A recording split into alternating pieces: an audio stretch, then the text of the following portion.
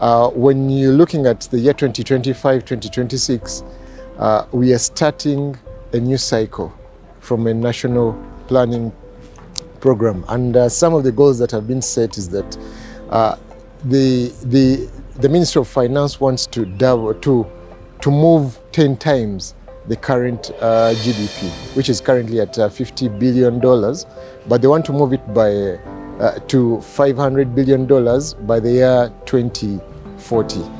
And of course, you cannot do this without the key stakeholders. And some of the key stakeholders are the manufacturers. When they read the statistics today, they said that the manufacturers are contributing about 30% of the current GDP, and therefore they are a critical pillar to the growth or to attain the $500 billion that they actually want. So with the government's proposal of import substitution, they've put in place 22 industrial parks, and with that we have even started setting up branches in the industrial parks.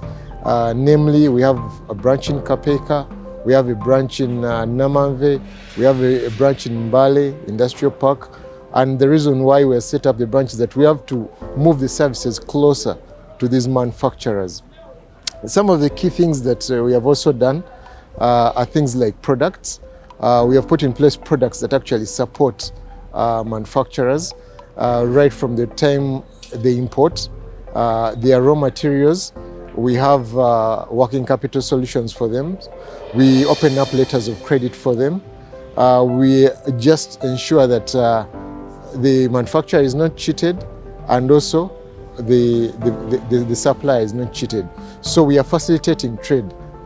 The other thing that we are doing is to facilitate collections of their cash. We are also looking at the payments, payment solutions. You realize that Diamond Trust Bank has enhanced their digital solution. So it wants to be the cornerstone of payments and liquidity management for any manufacturer.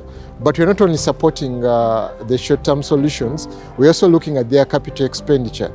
You realize that for most of the manufacturers, there's either an expansion in terms of their capacity, they want to do this, they want to do a backward integration, they want to do a forward integration, and there we come in to support. We support with our financing. We try as much as possible to make it affordable.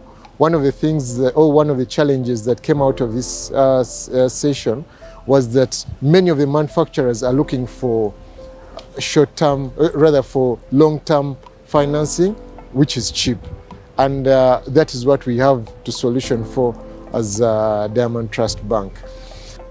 You realize that when you're talking about manufacturing hubs, many times you're talking about bringing things from out of the country. And to that extent, without a doubt, the geopolitics or things around cross borders, the politics around it, there's actually play. So government is supposed to come in and actually facilitate trade. For example, we can all see what is happening between ourselves and our neighbors in terms of the exportation of some of the goods. Government needs to come and unlock so that manufacturers are able to export or even do the importation of their raw materials or even export what they are manufacturing.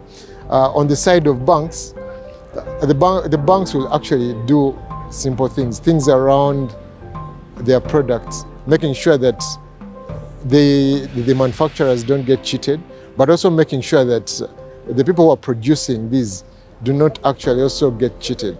So with that, the banks will bring on board products like letters of credit that actually protect the manufacturer and also the supplier of these goods. There are things around bilateralization. All these, they are actually low-cost products, but they actually facilitate trade across the different countries. What the banks have done in regard to lending, they have actually tried to come out and be flexible on the side of one, the pricing. From what we have seen, so many manufacturers run away from borrowing Uganda shillings and move to borrowing US dollars. And many times it's because of cost. However, that then introduces another risk onto their book, which is the foreign exchange risk. We saw this playing out in the other East African markets, that is Kenya and Tanzania.